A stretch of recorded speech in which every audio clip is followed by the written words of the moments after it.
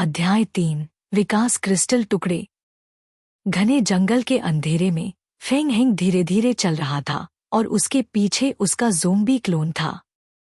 जमीन पर बिखरी टूटी फूटी चीजें, तिनके और पत्थर इधर उधर पड़े थे। वह रुक रुक कर नीचे झुकता और जो भी सामग्री उसे मिलती उसे उठा लेता। डिंग! संकेत, आपने लकड़ी प्राप्त की है। फेंग हेंग जानता था कि इस बर्बाद दुनिया में हर छोटी चीज मायने रखती है। लकड़ी, पत्थर, घास, ये सभी चीजें जरूरी थी। इनसे वह बुनियादी औजार बना सकता था जो उसकी प्रगति के लिए आवश्यक थे। लगभग 10 मिनट तक फेंग हेंग और उसका ज़ोंबी क्लोन जंगल में चुपचाप चलते रहे, बीच बीच में सामग्री इकट्ठा करते हुए। आखिरकार उसका ज़ोंबी अचानक रुक गया, जैसे कुछ महसूस किया हो। थोड़ी ही दूरी पर एक अकेला ज़ोंबी एक पेड़ के नीचे खड़ा था।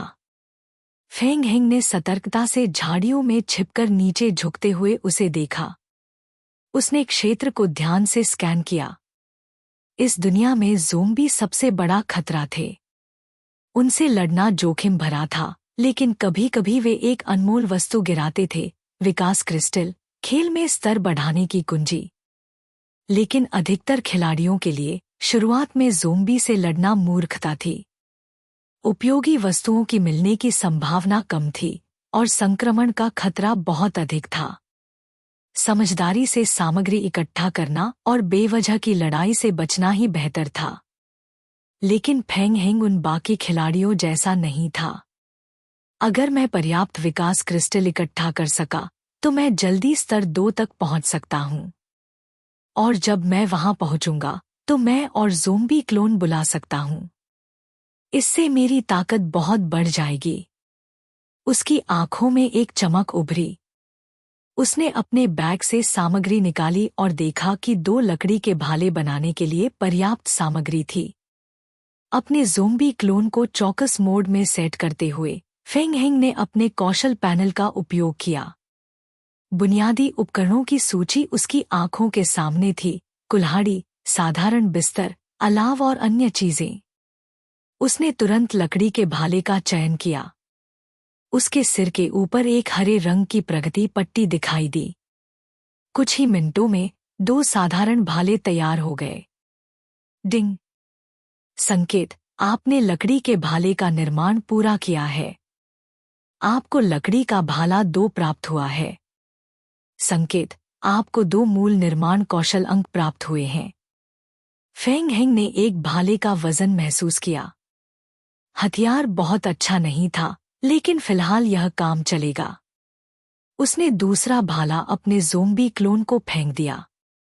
चलो, लड़ाई शुरू करते हैं।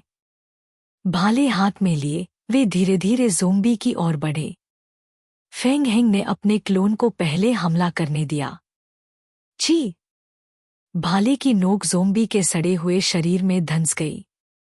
ज़ोंबी ने एक भयंकर गर्जना की और फेंग हेंग की ओर मुड़ा। उसकी सड़ीगली बाहें उसकी ओर बढ़ रही थी। अरे!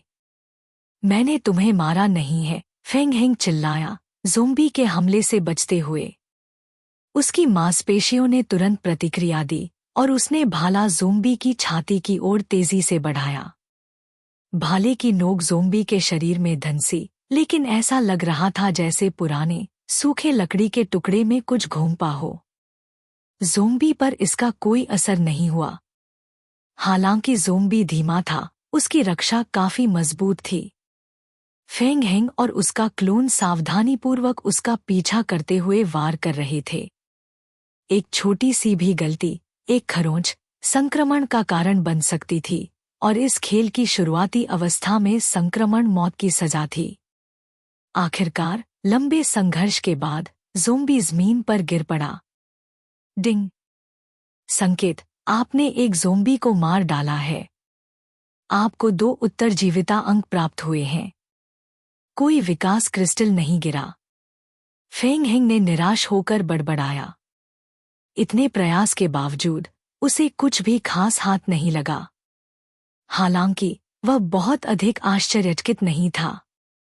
विकास क्रिस्टल का मिलने का प्रतिशत कम था, खासकर इस स्तर पर। उसे और ज़ोंबी मारने पड़ेंगे ताकि उसके मिलने की संभावना बढ़े।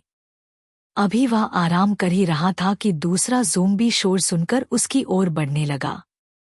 उसकी कराह जंगल में गूंजने लगी।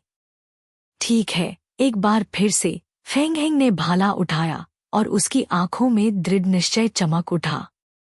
वह बिना रुके ज़ोंबी का सामना करता रहा।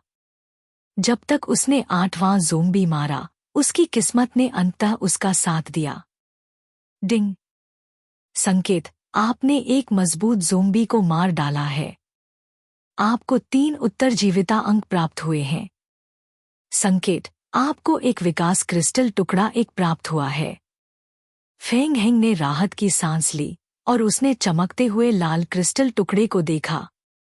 यह हल्की, रहस्यमयी रोशनी बिखेर रहा था। बिना किसी झिझक के उसने क्रिस्टल को अपने हाथों में तोड़ दिया।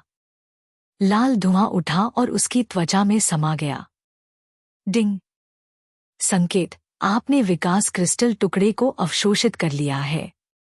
संकेत, आपका स्तर बढ़कर 2 हो गया है। आपको 2 अतिरिक्त ज़ोंबी क्लोन प्राप्त हुए हैं। ज़मीन से 2 नए ज़ोंबी उभरे जो फेंग हेंग के बगल में आकर खड़े हो गए। सफलता! फेंग हेंग ने खुशी से चिल्लाया। और ज़ोंबी क्लोन के साथ उसकी लड़ाई और सामग्री इकट्ठा करने की क्षमता बहुत बढ़ गई थी। उसने तुरंत एक भाला अपने नए क्लोन को फेंक दिया। लेकिन यह सिर्फ शुरुआत थी। अब जब उसके पास और भी ज़ोंबी थे, तो वह और तेजी से विकास क्रिस्टल इकट्ठा कर सकता था। फेंग हेंग ने बिना समय गंवाए और भाले बनाने शुरू किए और अपने क्लोन को शोर मचाने के लिए निर्देश दिया ताकि आसपास के ज़ोंबी को आकर्षित किया जा सके। योजना स्पष्ट थी, मारकर स्तर बढ़ाना। कई घंटे बीत गए और फेंग हेंग का पात्र स्तर 4 तक पहुंच चुका था। उसके पीछे 10 ज़ोंबी क्लोन खड़े थे जो लड़ाई के लिए तैयार थे।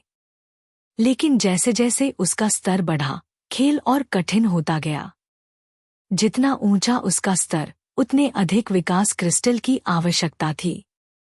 सूरज डूबने लगा था और फेंग हेंग ने महसूस किया कि रात होते ही ज़ोंबी और अधिक खतरनाक और शक्तिशाली हो जाएंगे।